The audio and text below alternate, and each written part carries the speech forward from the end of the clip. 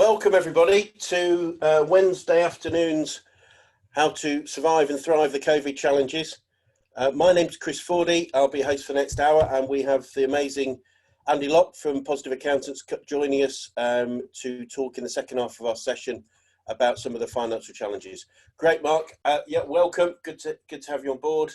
Let me just see how we're getting on. Everyone okay?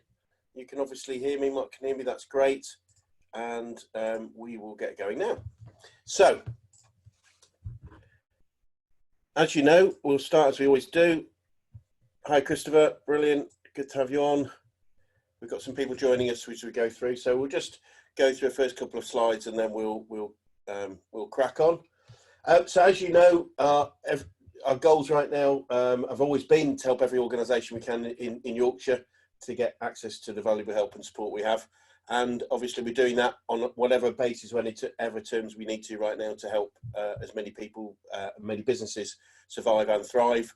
It's great to be helping so many businesses, some of which are struggling a little, but we've also got quite a lot of businesses that are really starting to either always had the momentum through the challenges, have momentum because of the challenges, because their business is in the particular market sector that is required right now, or they're starting to get traction out the other side, and we'll cover that in a second. We're gonna, so a couple of key things. If you're getting great value, you know these are working. I know many of you are on the call, on most of the calls that we run. Please let us know how we can help you. So just in the comments or by email, let us know how we can help you best, including future topics, what might be useful to learn moving forward. So if you kind of think about that would be great to think about how we can help you specifically, and we'll put particular topics on to help you best. Please tell others about these gifted webinar sessions, but also our gifted coaching sessions. As you know, we're doing at least 15 a week, and I know Mark and I actually love doing them. It's brilliant to speak to new businesses and just help, and businesses have been open for a while and just provide some help and support right now. And please post. The way we can spread the word really effectively using your own networks is post in our Facebook group, LinkedIn groups, or just in general the value you're getting, and recommendations are always really gratefully received. So please recommend us online as well as physically, and let's try and find as many people as we can to help through these challenges, and not just help and to survive but thrive too. So we're going to have a little bit of a recap today on a couple of things, and then we're going to, second half of the session, we're going to have Andy joining us. He's on the call already, so welcome Andy, and really appreciate spending time away from your busy practice, because I know you're helping lots of people as well right now.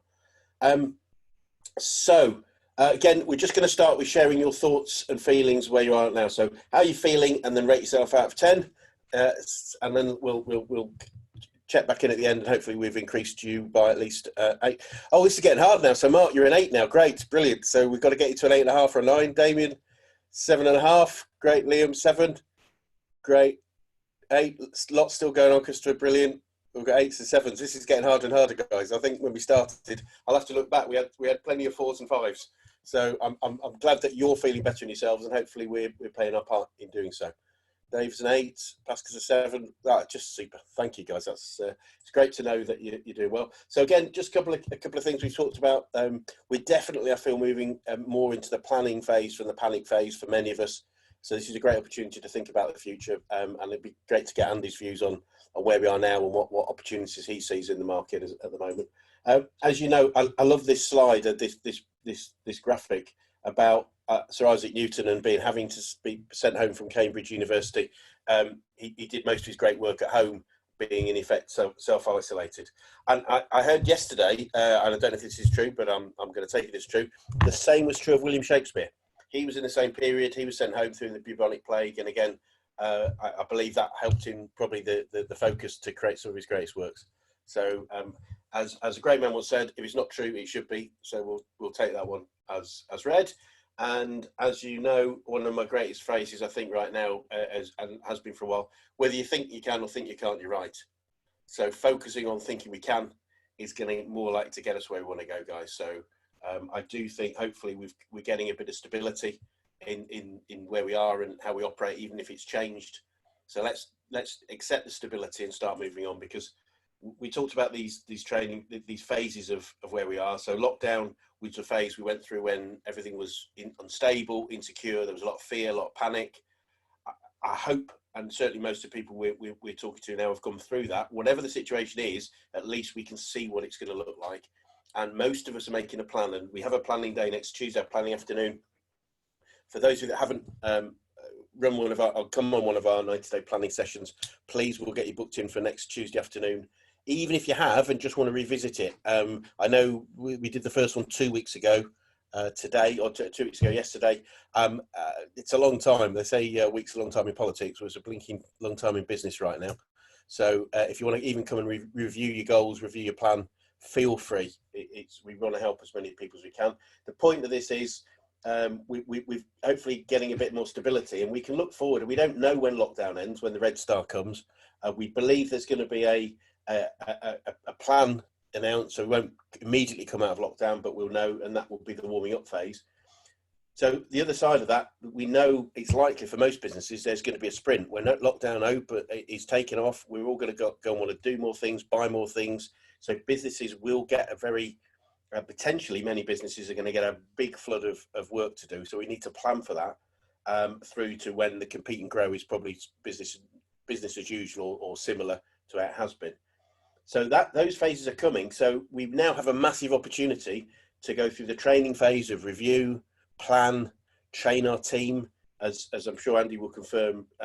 I've had confirmed, furloughed staff can train as long as you're paying them a minimum wage or above. They can be paid. They can continue to train, although they can't do any other form of work. So great opportunity to skill up, man up, and woman up, and get things done. And get our vision, mission and culture in place. Then the warming up phase is planning for when we come out of lockdown, because there will be those businesses that plan effectively for what lockdown looks like, or coming out of lockdown looks like, will take the best advantage of the marketplace. And I don't know if you believe, like I do, that there's going to be a lot more people, a lot more customers out there. Then we need to be ready and make things fly. So what we're in is this opportunity phase right now. This is the opportunity to use our time to create great value. It may be, I was saying something this morning, let's call it profit creation rather than necessarily cash creation. We may not get paid for the work we do right now, but we can make massive amounts of profit in the future by planning and structuring and thinking. And this would be leverage phase for me. This is leveraging. So do the work once, get paid forever. Plan once, we could get paid for a long time for the plans we make if we're ready to deliver on them on the other side. So let me I was trying to make Andy a panelist, promote to panelist.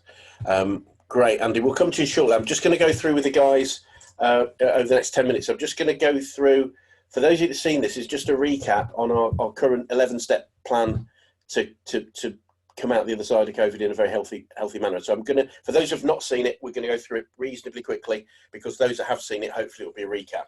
And then I wanted to just give Andy a bit of a briefing on what we're working on together, so that any comments or any information he can give us will be maybe a bit more relevant. So number one, let's be positive, guys. And obviously I'm great that Andy's from Positive Accountants, because they do what they say on the tin. What are our vision and goals? Now more than ever do we need to know what it's going to look like on the other side of this situation.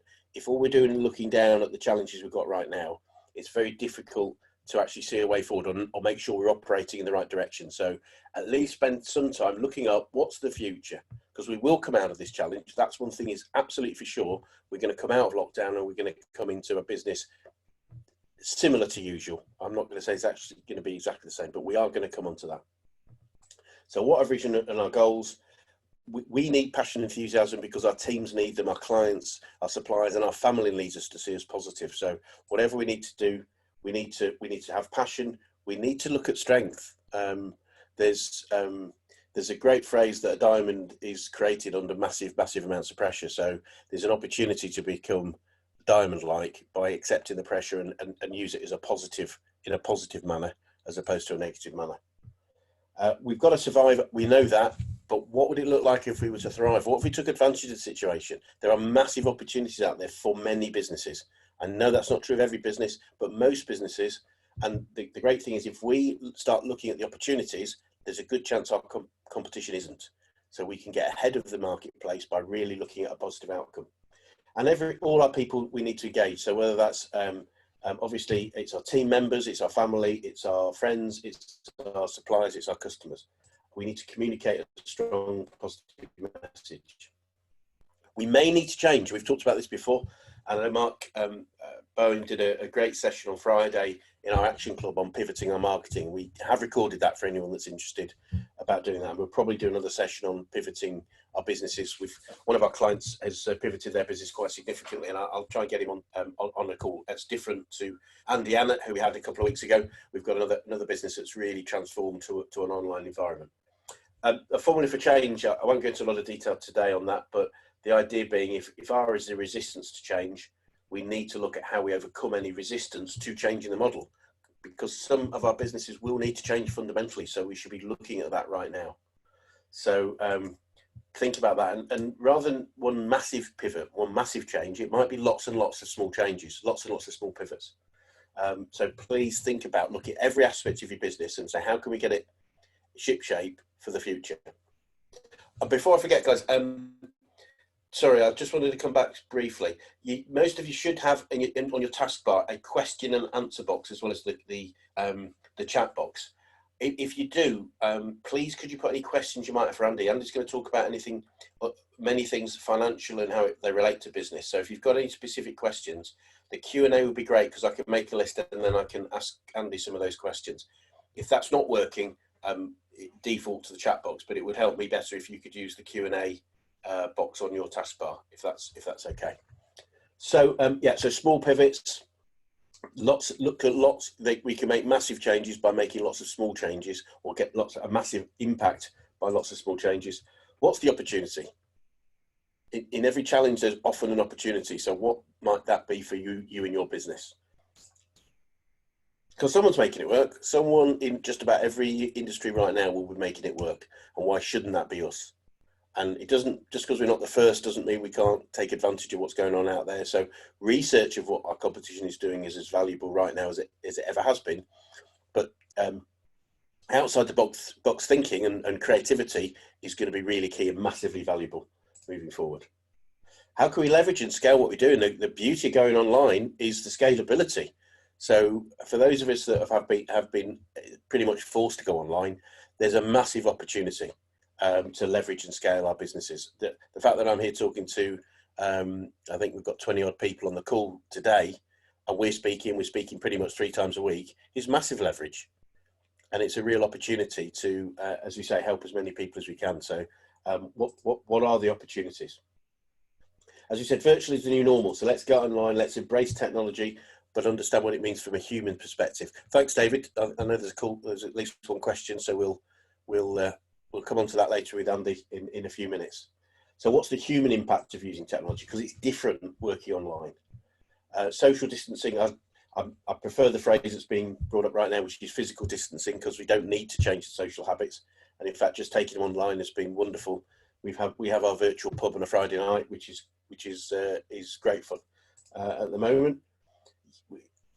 So we may have gone from a team environment to feeling alone, that both ourselves and our team members and our customers and suppliers. So constant social contact is really important. And we're finding with a lot of our clients and their clients that just calling people up right now is working really well, just to build that bond and to let people know that you care and just see how you can help, whether that's helping in what you do or helping another way. I know working with Matt, I think he's not on the call today, but he was actually offered some of his clients to go and pick up shopping for them, if that's going to help them right now. And what a great thing to do to build value and rapport with your clients. Virtual is a new normal. So meetings. How do we have meetings, reporting and planning? I think many of us are on with that right now. Cash flow. So this is something that's going to be very relevant to Andy, I think, and talking to Andy later. Let's make sure we can cut costs we don't need and be clear with the difference between cost and investment, and look at extend our credit in lots of different ways. So hopefully we'll talk about the business interruption loans and other ways of getting extended credit, but even personal credit right now, just to be safe. We don't have to use it, but having access to it could be really valuable. Keep important suppliers and partners. It's really important we keep our suppliers and partners on board. Look at the government programs. I'm going to ask Andy about the business interruption loan. I think there's a question from David on that as well. Postpone what you can that's reasonable, but talk to our suppliers about that postponement. Maybe look at cost structures. Again, a good time to plan. How can we do it differently? Could we turn costs into an ongoing cost, deferred cost? What can we do on those things? And we all have the opportunity to sell our way out of it, as long as we pivot in a way that allows the market to buy from us. There are great opportunities out there to do things differently, and if you do things differently, there's no reason people can't continue to buy from us. It's just how, and that's the question we need to answer. Marketing, again, marketing should be different. We need to change our messages, guys, because a message that isn't relevant to the current situation, isn't acknowledging the challenges we face, is going to be ignored or even considered to be a bit crass, I would suggest right now. Compassion is really important, and urgency, because people still need what we've got. If we can go virtual and go viral, then there's a potential for massive leverage, and that's what the online world gives us, that many of us could take more advantage of. We may be able to do way more than before. So the key thing is, whatever you do, don't stop marketing, but there's a great opportunity to do more, because we'll probably fill a space that our competition isn't filling right now. A lot of our competition will just shut up shop and gone home for the duration. We've got the opportunity to tell our customers, but also their customers, that we're here and open for business. And knowing our numbers, I'm sure Andy would agree when he comes on, and knowing our numbers is going to be critical. Great sales, again, change the tone like with our marketing, because we know that the situation has changed. We need to focus on how we help people. How does what we do help people rather than what we've got? Because in a booming market, sometimes just having a product or service is all we need. We need to really be connecting that with how we can help people right now, moving forward. But it's still selling. We're still, no transaction is made in the world unless somebody sells something to somebody else. So let's get comfortable with selling, but selling on purpose, on what our key purpose for our business is, and build those relationships, which we can do online and by phone just as well as we could have done face to face. If you're getting concerned about that, please give us a call or we'll have a chat about that. But we can make things different. Thanks, David. I know you got your question there, so I will come on to that with Andy shortly. So customer service, we've got to keep all our existing customers. So please, I urge you to make sure you're in contact with all your customers right now. Even if you're not servicing them directly, let them know you're here and you have a plan to be here moving through the situation, and just find out how you can help them best. Even if it's introduce them to a different product or service, I'd urge you to introduce them to us if you know that they've either a challenge with the situation or a challenge of how they take advantage of the current situation. Please introduce them to us. That's added value to your clients.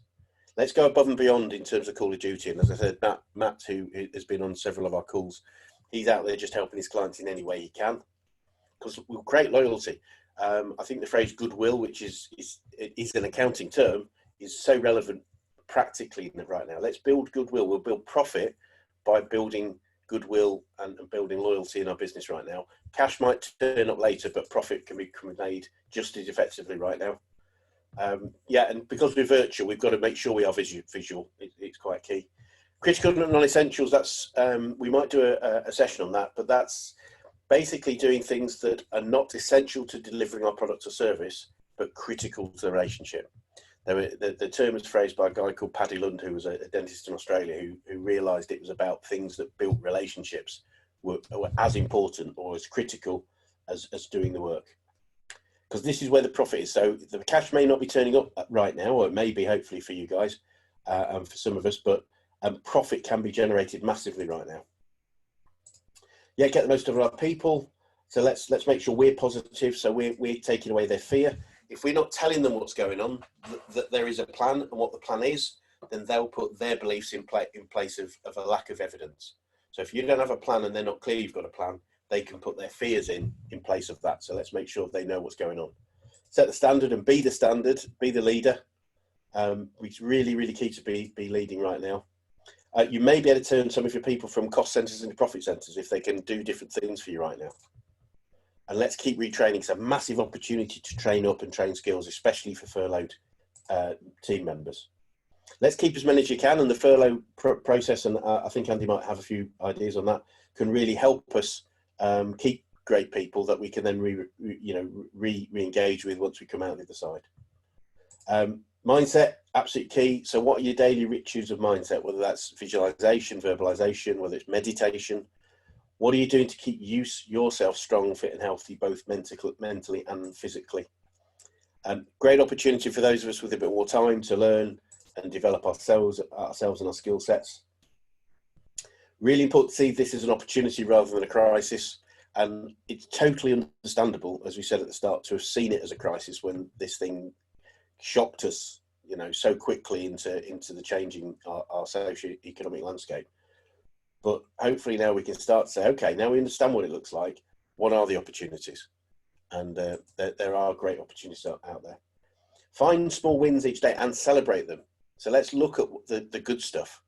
We have a little sheet that we're more than happy to send to anybody, which is based on Brian Tracy's book, Eat That Frog, and that looks at identifying the frog being the ugly thing you don't want to eat right now, and it's eating that the first thing every day to get something done and create positivity. But there's also, at the end of the day, identifying the wins that we've had, whether they're a small win, a recommendation from somebody, knowing you've helped somebody, or you know, bringing new clients on. Yeah, sometimes no news is good news. There's no need to spread poor news just for the sake of it. So for us, while we've got to be practical, this isn't about fluffy bunny stuff, but it is about maybe highlighting the good stuff to balance the challenges. There's plenty of bad news out there, unfortunately, with what's going on. So let's get into the good news world. Plan for 90 days. Feel really strongly that in 90 days' time, we'll certainly be quite clear on what the future looks like, if not be sort of in it to some extent. I don't think we'll be back to normal, but it's not that far away. It'll feel a long way away because of the situation, but let's make a plan. And as I said, our next session is on Tuesday afternoon. So knowing that we're going to come out the other side of it, what will we market and sell on the other side of it? Is it the same as what we've got now? Is it the same as what we had 4 or 5 weeks ago? Is it different? If it's different, let's get ready to productize it and get the marketing messages out there. How are we going to deliver and charge for what we've got to do? Again, survive first, but thrive second. Let's focus on growth, not just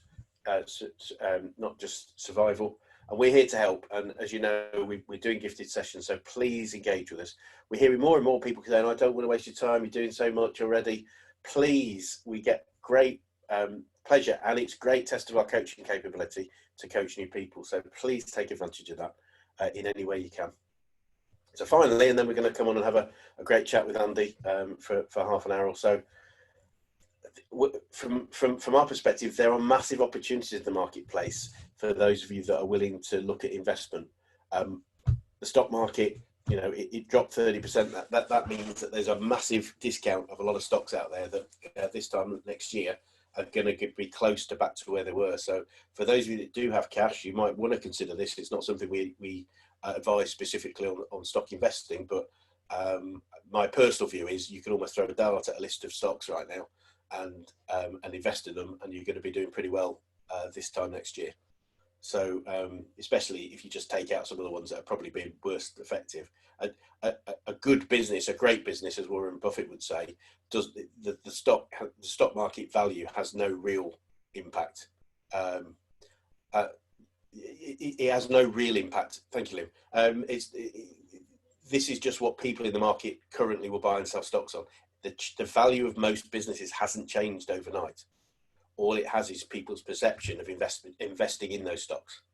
So if the value was what it was 4 weeks ago and will be the similar in another 4 months or 6 months, then now could be a good time. But similarly, even more relevant to our businesses, because if you invest in the stock market, we may not understand the businesses we're investing in. Companies out there will be up for sale. So your competitors may be up for sale. Some people won't get through this, which is unfortunate, or don't want, are so tired right now, they are going to feel that actually if someone was to come along and take the business off their hands, they'd be happy to take a certain amount, which clearly won't be what it would be if we were at the top of the market. But likewise, unfortunately for our competitors to go out of business, their customers are out there, be up for sale. So those customers are out there, they will be looking for an alternative, especially if either their supplier has gone out of business or they're not hearing from them because they'll perceive they might have gone out of business. So marketing effectively right now, the investment in marketing right now could pay many-fold what it would do in a normal environment. So please consider that. And as we said before, the key thing to think about all of this is economic cycles. This will be a very fast economic cycle in terms of coming into the COVID situation and coming out of it, in terms of being months, not years. But we know spring will come. Like the seasons, we know spring will come. We're in a bit of a deep, dark winter at the moment, but spring will come. We just don't know when. So we should be planning for spring and looking at making ourselves as fit and ready for spring as the farmers do with what they're doing right now. We've got farmers sowing, ploughing the fields. We've got farmers looking at the stock, getting new stock, getting rid of old stock. They're doing all these things because they know spring will come, and it pretty much has now. But that's what they were doing in winter, and that's what we must do too. Okay. So, but please act now. Please, hopefully we've got over the initial shock. Let's make plans and let's take some action. So, in a quick summary, any questions on that? I've ranted on a little while. Hopefully, it's been valuable. If we haven't got any questions, we've got a couple of questions from David related to financial stuff. And please, in your question answer box, just any questions you might have for Andy. But I'm going to ask him for some views as well, and talk about how he can help us. So, key things we said we should have underway by now. Make sure you've got your plan in place. If you haven't got one, come on a 90-day plan on Tuesday. We'll send you a link to that at the end of this webinar. Look at your leadership, how we're leading our team remotely, online, and frequency. And obviously, we ran a virtual leadership webinar last week. Finances. We're going to talk about finances today with Andy. Make sure we know what our cash flow looks like, and we've got a simple cash flow spreadsheet. I'm sure your accountant, as Andy can help you to do that as well. We're going to talk about loans. Overdrafts is an opportunity to talk to your bank more quickly to get an overdraft that will support and cover the short-term situation, hopefully while these loans are coming through. Team, hopefully most of us are through looking at our team, but maybe some of us are still thinking about what the opportunities are. Let's get the marketing. Let's look at different channels, different targets, get our messages out there, and make some offers and grow our business, not just plateau it out, and look at how we're selling. And please focus on ourselves. We really have got to focus on ourselves, our health, our mindset. So our physical health, our mindset health, our personal finances, and our family and friends. So please get all over this. So any questions on that before we're going to go on, and we're going to have a session with Andy, and I think I'll unmute him shortly, and if he's got a video there, we might unvideo him. In fact, we might do that the same. So, okay, I can't see any questions or points come in. So I think what I'd like to do now is unmute Mr. Locke. Andy, are you there? Hold on, I'll unmute you again. Can you hear me now? I can hear you now. How are you? Very good, thank you. How are you? Very good, thank you. Thanks for joining us. Feel free to put your video on if you'd like to. I might even put mine on for a change. But people can see who you are if you'd like to. I think I'm on, but don't feel the need. It's all good. But anyway, let me just, while Andy's doing that, and if it doesn't work, Andy, don't worry at all. So Andy is owns Positive Accountants in Kirkhampton, just outside York. A very experienced accountant. He'll talk a little bit about his background, perhaps. He's both a brilliant accountant. He's my accountant and our business accountant, and he's a personal friend as well. And he's been very supportive to me and my business over the years, not just right now. So I'm really keen and happy to get Andy to answer a few questions and talk about the current situation. Andy and I first met at BNI many years ago. And many years ago, mate. And one thing we all say in BNI when you introduce somebody is say something nobody knows about you. And one thing I know about Andy that most of you won't was that unfortunately he was that picture on the right is him travelling, walking to Everest Base Camp. And 24 hours, he was luckily 24 hours behind the group ahead that was caught in the avalanche at Everest Base Camp a few years ago, which was quite a worrying time for all of us because I think we lost contact with him for a little while. So I'm sure it's the only exciting thing that's ever happened to me, Chris, to be honest. Come on, as an accountant, you don't get opportunities, do you, really? So I didn't want to say that, Andy, but you know. Many would. So thanks so much for coming on, and I know you're going to help us people. We've got a couple of questions that I'll ask you shortly, but could I ask you your view of the marketplace? I wanted to just go through our 11 steps, because just what you're seeing with your customers and out there, and how you feel about the marketplace at the moment and what's going on in business in general. It's been an interesting 2 or 3 weeks, really. I think initially when we were put in lockdown and when the initial comments were made by the government as to how they're going to help us, I think there was a lot of fear. And I think that fear was there because they weren't really necessarily putting things in place that were going to happen quickly. So even now, a lot of the grants, a lot of the furloughing, everything is going to be, a matter of weeks away. Self-employed, it's going to be potentially 3 months away. And I think in some ways that's part of the frustration, is that they've not necessarily taken that fear away from people in that time. They're telling us what, how they are going to help, but it's placing a lot of reliance on everybody really to take care of themselves up to that point. However, it's been noticeable over the last few weeks. We've spent a lot of time making sure that we're keeping in contact with our clients as per your 11 steps, and in effect, sort of deciphering all the stuff that's coming out from the government. So only really passing on the information that's relevant to, to business owners, but explaining it in a slightly different way so that people understand it, rather than having to read through, everything that's coming out. So, and it's been noticeable as time has gone on, the phone is slowly getting quieter. So I think you've had that initial week where it was total panic. I think there's in a week where people have stood back and then started to work out how it's going to work for them. And now that they're starting to get used, like you're saying, in some of your steps with regards to cash flow, etc., they're starting to work out, right, we're going to be okay. We know what we've got to do. We've just got to, make up that gap, or make sure that we've got enough money to make up that gap up to when the money starts pouring in. So it's been, interesting is a good way of pouring it. But I think business people are very resilient. Again, we're more resilient, I think, at times than the government gives us credit for. But yeah, I'm seeing that, speaking to a lot of positive people, and then really just wanting to get a hang of, some of these ideas that have been brought out, some of these what we're publishing, and sort it out from there. Thank you. And I know I've just realised you're sending out some great updates that are helping me. Are you open to making that available to people on the call if they'd like them? Absolutely. I guess they maybe get them from there. Absolutely. I mean, if anyone would like. Sorry, I was going to say, we're running the same as you, really. We just want to help people. I mean, and that's, like you said, there is a bit of an enjoyment factor from it, I've got to be honest, which seems strange, but, if you enjoy helping people, you enjoy helping people. But it's helping people, they get on the phone to you and they're panicking by the time they leave. In most cases, they're a lot calmer, which is what you want. Totally. It's and just to underline it for people on the call, because we're keen that we do more and more work with people, because it's, I had a guy today, and I only agreed to have another call with him if he agreed to. He was feeling guilty about doing less work, so we only have another meeting if he agrees to spend the afternoon with his family, and not feel guilty about it. So I'll take that one today. I'm really pleased about that one, and that's just a minor thing.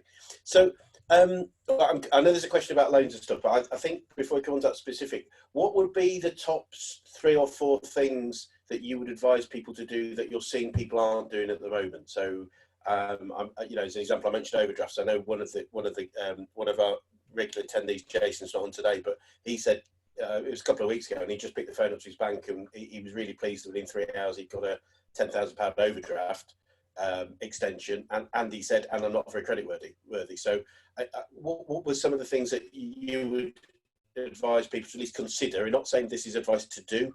This might be things to think about that they're not thinking about right now. I think it's a case of just running through the different options and doing one at a time. So there's the obvious things like furloughing your staff, or considering furloughing your staff anyway, to begin with. I mean, the great thing with the money that the government's giving, it's not a loan. It's money that's coming in to help you and take that pressure off of paying your staff while keeping your team as well, which is an important thing. So that certainly needs looking into. Consider furloughing yourself even. Now, again, listen to you going through your steps. It's a fine balance, I think. The thing we're sort of saying with people is you've got to look long term as well, in that it'd be very easy, for example, ourselves, it would be very easy for us to carry on working at 100% for the next 3 months, possibly 6 months. But At the same time, you've got to bear in mind that we do not know what it's going to be like in 3 months' time. Yes. So it's that thing of thinking about that and thinking it through. And is it a case of with furloughing that, you furlough people for half the time so that at least some of your wages are being covered while still keeping your business going? We're getting some people who are wanting to furlough 100%, which, again, you've got to be careful with that. You need to be doing something to keep your business there. Like you're saying, keeping in touch with customers, suppliers, everybody else. That is classed as working, unfortunately. So, yes. Again, we're urging caution with people with regards to this furlough. You're getting too many people saying, "Oh, I'm 100% furlough." Well, are you doing emails? Are you doing social media? In theory, that is business. You've got to be careful. Yeah. It's then just making sure that you apply for your other grants. If you've got business premises, make sure that you've applied for your £10,000 free grant. That's if you're able to claim the small business rate relief. If your rates are higher if your rateable value of your building is above £15,000, then depending if you're in the retail, hospitality or leisure industry, you can get a £25,000 grant. Again, with these things, we're hoping that some of these things that they bring in are going to be tweaked slightly because, again, it seems very unfair. So, for example, I've got a good-sized restaurant whose rateable value is above 51,000. He gets absolutely nothing. And there is this thing at the moment that is a little unfair. It's not balanced correctly. But again, hopefully, as they go on, they're going to change these things. So, getting your grants. If you're self-employed, then you're going to get the chance in a month or so to start claiming for a grant for being self-employed. So, I won't go through the rules at the moment in case somebody asks later, but that's an opportunity as well. You've got the chance to defer your VAT and your personal tax payments. That's something worth considering. The thing, obviously, with deferral is that word, it's deferral. And yes, we're urging people to be very careful with this in that it's got to be repaid back. Granted, you've got until the 31st of March next year to repay your VAT, but it does have to be repaid. Your tax is going to be payable, at the end of January. So, again, with people that are nervous about cash flow or nervous about what it's going to be like at the end of it, if you've got the money for your VAT and you don't want to pay it at the moment, great. Put it in a separate account. Keep it separate so you're not tempted to spend that. That's there. So that the moment we know we're back up and running, then you can pay your VAT if you're nervous. So we've got 1 or 2 people doing that. Then after all that lot, you're down to your loans, your business interruption loans through the bank. So that's been interesting. I keep saying interesting, but it has. It's amazing how things have changed. In some ways, you've got to give credit to the government in what they've tried to put in place over the last couple of weeks. It's easy to be critical. I mean, I have been very critical at times, but you don't necessarily agree with the ways that they've done it. But they are certainly trying. So the business interruption loans, to begin with, it was obvious that the banks were trying really to keep selling their own products. So people were applying, but were finding that the banks were either doing overdrafts or giving a loan. Now, these business interruption loans are very, very good. In theory, it's a 12-month interest-free loan. So you can understand in some ways why the banks initially were reluctant for people to take it on because they're not going to get any money. But I know there's been a lot of there's a lot of stuff going on in the last week or so where the government have said, right, come on, you're not running them the way that we intended them. So it's interesting that since last week, the tone and the questions that the banks are asking has changed. So previously they were asking what I consider ridiculous questions of when do you think your business will be back up and run 100%? What's your cash flow going to be over the next year? I mean, unless you've got a crystal ball, it's really difficult to work it out. Yeah. So whereas now a lot of the questions they're starting to ask are, what monies do you have to pay out every month? What are your liabilities every month? That sort of thing, or potentially once we get rolling, what will your cash flow be? It's been better put. It's giving people a chance to sort of say, right, if it costs me 10 grand to keep my business going every month, then it goes 6 months and I need a £60,000 loan or whatever. So It's getting better. It's getting better. A lot of people are still having trouble getting through to the banks. Again, I was chatting to a bank person the other week. They were saying the problem is the last few years, the banks have shed a lot of workers. All of a sudden, you turn it on its head and there's, hundreds of thousands of applications, but only a small number going through at the moment. So again, it's like everything. It's going to get better as time goes on. If you're okay at the moment, maybe leave it for a week, and apply then. Like when the pressure's off a little bit, you might get through a bit easier. But they are there.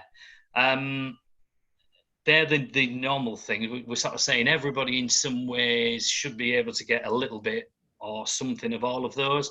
Worst case, if you're absolutely stuck, if you can't get anything, then universal credit is the thing to apply for. Again, that was creaking a week or so ago, but now it's in a better place. They are ringing you back for that. So if you are desperate, universal credit. The good thing with universal credit is that they will give you a loan in advance at the start. Granted, you've got to pay it back in the money you're going to get later on, but just to get money to buy food or whatever, then it is a good way of doing it. So yeah, that's there as well. Oh, thank you. That's useful to know, because it's with some people we work with, the effect was, use the word catastrophic, but only in terms of its immediacy of one day they're in business and and next day all the clients have said this, that they're pulling the plug. So it was catastrophic in that sense. So it'd be good to know. So one thing I picked up from there that I hadn't thought of myself is there might be reasonably healthy businesses that have, as you said, VAT to pay. It feels like even if they've got it there, deferring it makes sense almost as the ability to give themselves a loan if they need it in the future. If they put it in their own bank account, in another part of the bank account, don't spend it, but you've got it. My view is it's better to have cash in your account than somebody else's right now. Yeah, and I think as long as people are sensible with it, then I think so too. Because the problem with these things is once you've paid that money, you can't get it back. Yes. And so, at the same time, you don't want to be having lots of deferred, monies that you have to pay. But at the same time, like you say, cash is king.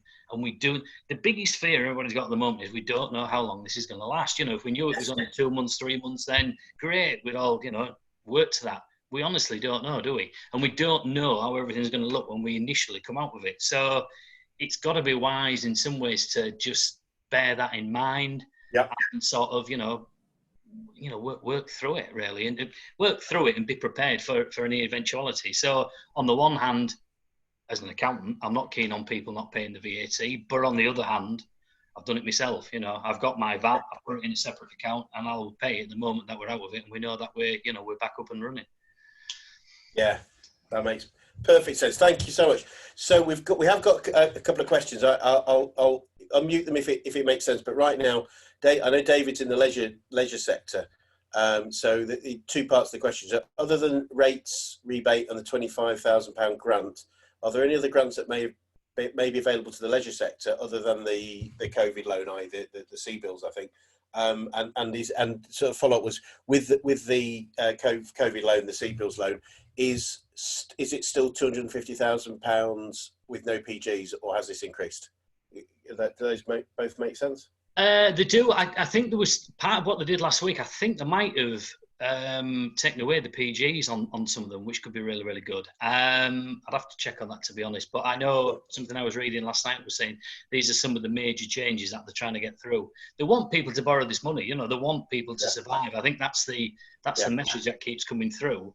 It's like with the furloughing and whatever, they're saying, if in doubt, furlough people. You know the rules, they shouldn't be working, but don't worry about, will they believe me or not believe me? It's that thing of, if somebody's there and you can furlough them, do it if you think it's a good idea. So I think they're certainly trying to help. It's that way of getting the money out to people. That can be the difficulty. With regards to the leisure industry, like you say, so you've got your grants, your £25,000 grant, you've got the fact that your rate's going to be cancelled over the next year. It depends whether or not you are trading as a company or as a self-employed person. If you're going to be self-employed, then you'll be able to apply for the self-employed grant in a couple of months. Again, the only downside to that is that the first payment that's going to come out is going to be June. So basically, monthly average of your profit over the last 3 years, you'll get 80% of that, up to a maximum of £2,500. The only other thing with that is that if your profits or average profits are in over £50,000, you won't get a penny, unfortunately, which again is rather unfair, shall we say, but that's the rule that they've put in place at the moment. If you are trading as a company, then you can furlough your staff. You can also furlough yourself as a director. The slight downside with that, again, is that the majority of directors of a company will have been tax efficient, so they'll have taken a small salary and they're balanced by dividends. the government have basically said, we don't care about your dividends, we're only going to base it on your salary. So Right. you will potentially, well, you will likely get a smaller payout. Of course, there's nothing to stop you taking money out of your business, out of your company or your business during this time. You know, it's not frozen or anything like that. So we're tending to say to people, look, take out of your company or your business what you need.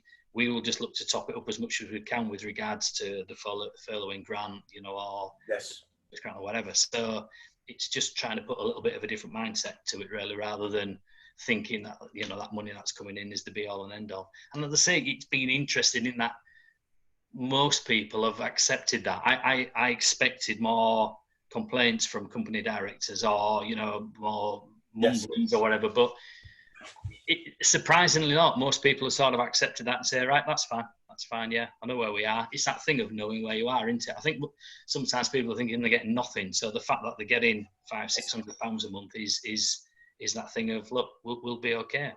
Yeah. I did. The sooner we can get a plan. What I always say is, and this is where cash flow comes in, this is where planning comes in, is that most of us, most human beings have a fear of the unknown. They have a natural fear. If I don't know it, I'll fear it rather than embrace it. So, you know, and clearly the way we take away a belief is with evidence. Now, you can't actually have evidence of the future. You don't know exactly what's going to be like, but the closest you can get to evidence is a plan. So whether that's a cash flow forecast, you're forecasting how your cash runs, whether it's a 90-day plan of action, you can start to say, assuming these certain things, this is what it's going to be like. And then at least we can see that. So I know, you know, we've worked with people on cash flow forecasts and, as I say, the action plans, and it started to help people feel a little bit more secure, knowing that they've at least got, if it goes that way, that's exactly the outcome we're going to get, if that makes sense. Yeah, I think so. Yeah, and as soon as you got those cash flows, you can see whether or not your grant's going to be enough, whether your furloughing's going to be enough, and then you can decide if you do need a business interruption loan. You know, you can go and get it, and the minimum loan you can get is £25,000. So as a beginning, that's quite a good chunk again for a lot of businesses. But are you aware? I'm just, one question has come to mind for me, and I've got a couple of other questions I must get to as well. I mean, this is the situation. If someone was to say, look, I don't want to apply for too much, so I'll apply for, let's say, 3 months of what I think is going to be in effect the loss, if you like, or the cost. If it becomes clear it's going to be 6 months, do we know if we can reapply for a loan, or is it a one-stop shop? I haven't seen anything, so I wouldn't be surprised if you don't know either. But are you aware of any? I don't know for definite, but like you, I've not read anything that says not. I mean, that's been part of the frustration, I think, with everything that they've brought out. There's been the big, hoo-ha of, we're bringing these things out, but the actual detail in all of these things is not a lot, really. I mean, if you log onto the government website, and put in business help, it brings up the list, and that's literally all that we've been given at the moment. So. Yeah. Things like how the portal is going to work on the furloughing, we still don't know. The way that the self-employed grant's going to work, we've got an idea, but we still don't know.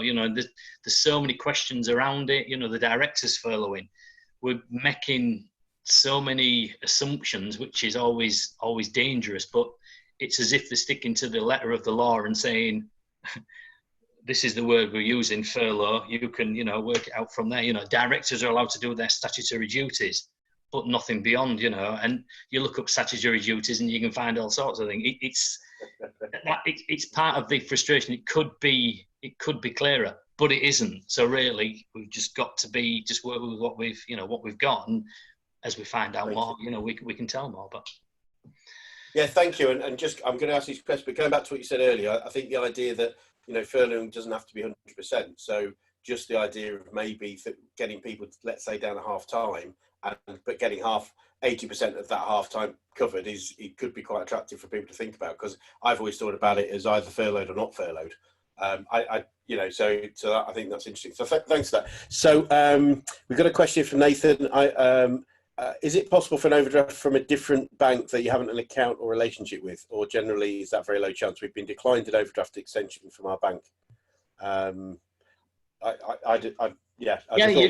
can do it. They're calling it, if you look it up, it's called CBILS, CBILS. It's an acronym for something which I really, really don't know what it is off the top of my head. But basically, there are a list of banks and money providers that have been allowed by the government to give out these loans. So if you go on and look, that list there will have a great range of, different places. So you can use anybody. I think the idea of using we were recommending you use your own bank simply because they'll have all your details. So the application is going to be a lot quicker and easier than going to somebody cold and then having to go through all the usual faffing about just to even get to the same level. But yeah, there are, there's lots of providers that will help. There's lots of other, like, trying to think what you would call them, corporate companies that will help you with the banks as well. So you don't have to rely on your own bank. You can apply for, you can look about. Yeah, thanks. I just realised, Nathan, we've actually in Coach, we've got a strategic partnership with a company called Rangewell, who are sort of, they look across different suppliers. So that, and I know we had a communication from them last week saying that they'll have a reasonable idea who is most, what's the right word, who's lending the most. I suppose that's an easy way of putting it, but who's most likely to be successful with. So if we can put you in touch with them, Nathan, it might be worth having that discussion. So great. Another question, Liam. For the business interruption loans, can a director draw on that money to pay personal bills? So I guess you've done the business interruption loan. Can you pay yourself part of it? Absolutely, yeah. I mean that money just goes into the business bank account. So I mean you can draw from there. So like we're saying, if you work out you furlough yourself and you can only maybe get £500 because you've been taking a low salary, from the as a director, there's nothing to stop you taking a dividend of £1,000 or whatever to top that up. So yeah, you can do what you like with that money. Granted, I mean you've got to be careful when you're applying for the loan. I mean, if you say it's all going to be used for, for keeping your company going for 3 months and then you get 100,000 and you take 99,000 out the next day for yourself, then they wouldn't know. But I think it would catch up with you at some point. But no, you can take out whatever you need to survive.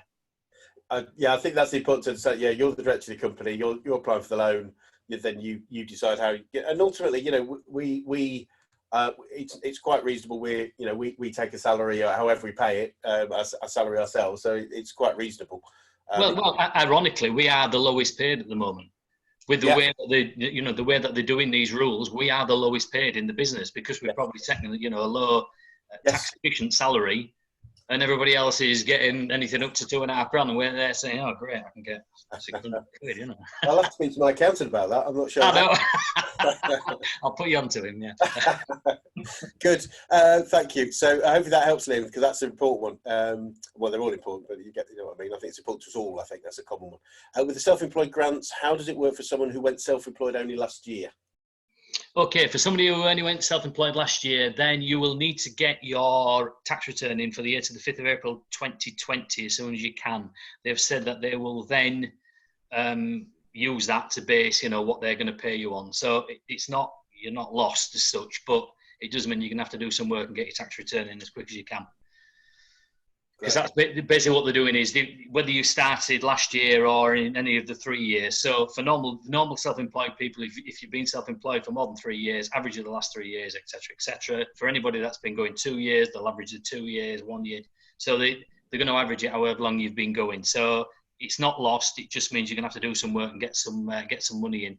Get your tax return in for them to realise that you are self-employed.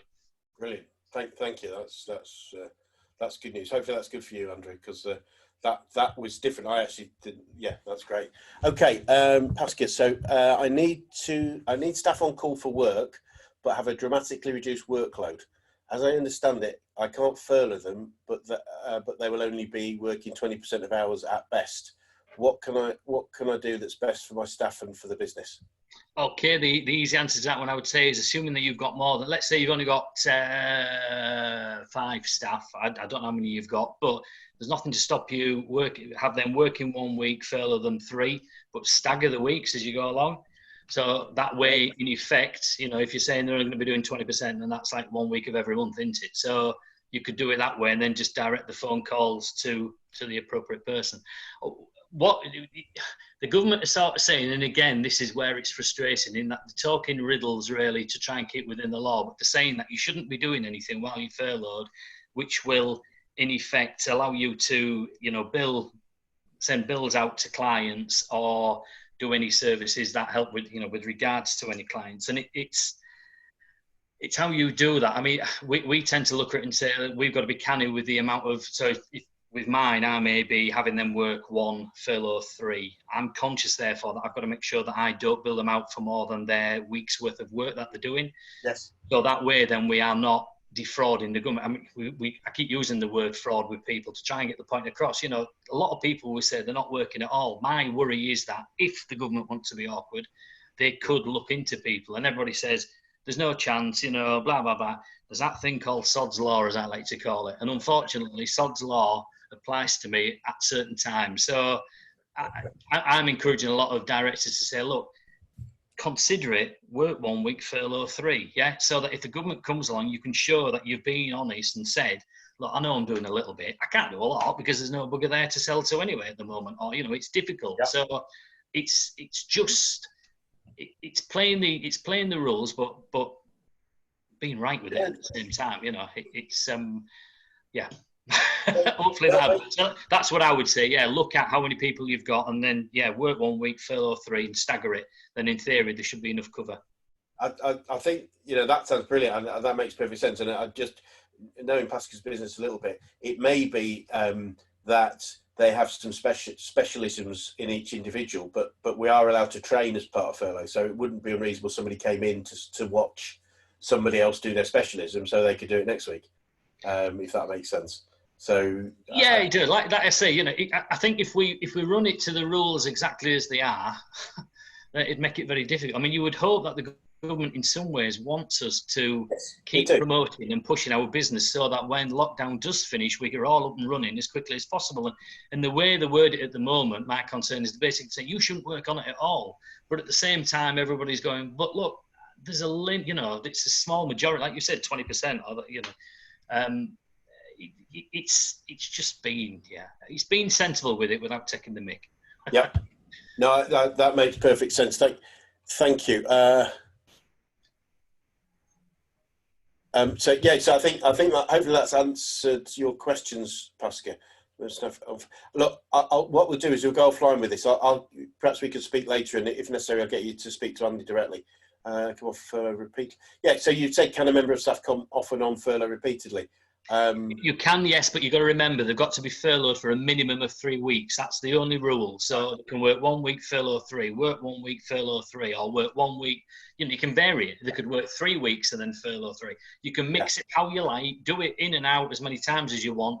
But if they're furloughed, it's got to be for 3 weeks. Solid. Great. Thank you.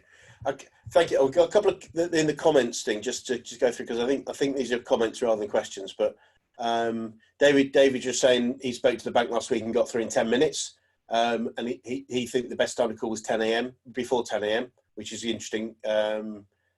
So that was useful. Bank. Teresa saying my bank suggested doing a 6-month cash flow forecast for Bill, which is helpful. I guess it's forecast on the assumption that you're not getting much business in. I guess that's the only way you can do a forecast like that. I spoke with someone seen at Lloyd's, and he suggested that due that there was no interest for 12 months and the government paying all the fees, is borrow what you need or even some more, and if you don't use it, you can repay the full loan with no cost. Absolutely, yeah. It's bang on, David. I think this is money available, and just so we're clear, guys, this is our money that's available from our taxes that we're lending back to ourselves. So we're not taking it from anybody else. It's money that the government is putting out there, which has come from our taxes. So it is the only thing is, obviously it is a loan. That's the only problem. It does have to be paid back. And I believe, thank you, from what I've been told, that the interest rates after a year can be quite chunky. So just be careful of checking what interest rate they're suggesting when you agree to the loan. But it will be on the loan agreement, so it's not. There won't be any hidden. I know. I know HSBC. I'm pretty sure it was between 3.49 and 3.99% above base, and given base is pretty much zero, I think 0.25. That's a better loan than most people can get in the marketplace at the moment. So I'd agree. Yeah. I've heard various, but some of them are quite frightening. Yeah, no, I mean, I think the key advice you're giving, if you bang on, is just check your loan agreement. I mean, David's saying they're 8%, he was told. So I think it's check it. But remembering that the first 12 months is paid by the government. So as David, I think, says, and I personally support it quite well, is you could get the loan, put it in a bank account, keep it, and then pay it back in a year if you don't need it. Absolutely, yeah. Again, it's that thing of just being canny with it, isn't it? It's really cash is king, keeping it. Why not? Just in case of emergencies. Yeah. Well, I'm not here to give a financial investment advice, but it will suggest the word arbitrage comes to mind. You could, if you're paying nothing for a year, and you can even get 1% in a savings account, you could actually make some money from it. But that's not the end of it. I don't want you to comment on that one, Andy. I know you know that. Well, I suppose the the theory of it's wonderful, isn't it? Yeah. I suppose you've initially got to get past them as well. I mean, you've got to apply for the loan, and they will do certain checks, and of course. We were looking at one yesterday, and somebody was about to make a loan application, and it was said they needed 60,000, but their minimum cash at any point would be about 50,000, and you were like, that'll be interesting actually to see how they, consider that. You know why somebody's doing it, but at the same time, could they turn around and say, you don't really need it, really, or come back in 3 years. So everybody's different, either. It's a case of speaking to them, seeing what they say. No, that makes perfect sense. Thank you. Okay, I can't see any other questions, so I would stay on the line for a minute, Andy. We're just going to wrap up, but I just want to thank you so much for spending your time. I know you're a very busy man, and certainly have been over the last few weeks helping people. So thank you so much for coming on board. We've kept pretty much everyone on board all through the session, so I know that's been really valuable. May I pass your contact details through in our email, just for anyone that'd like to follow up and just ask you any more questions or... Absolutely, yeah.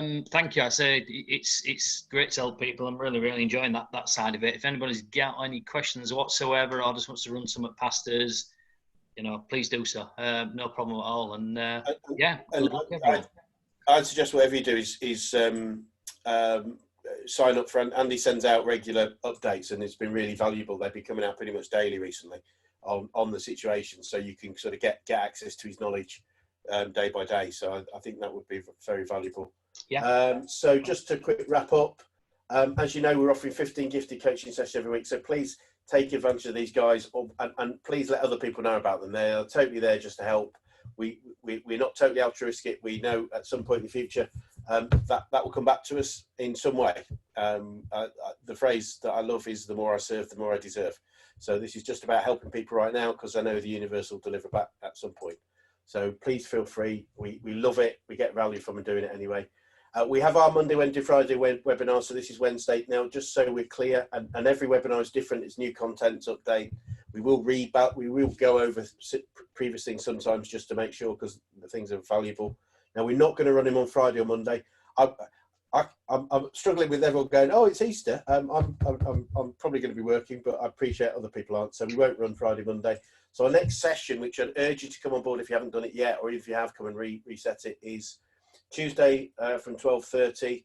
We're going to do an online 90-day planning session, and to get a real plan of action for your business, set some goals, do some celebrating, and look at what disciplines we might need to put in place to be successful. Please, before you finish the call, make a list of 5 things you're going to do as a result of being on, because it's really valuable. You take action, not just gain knowledge.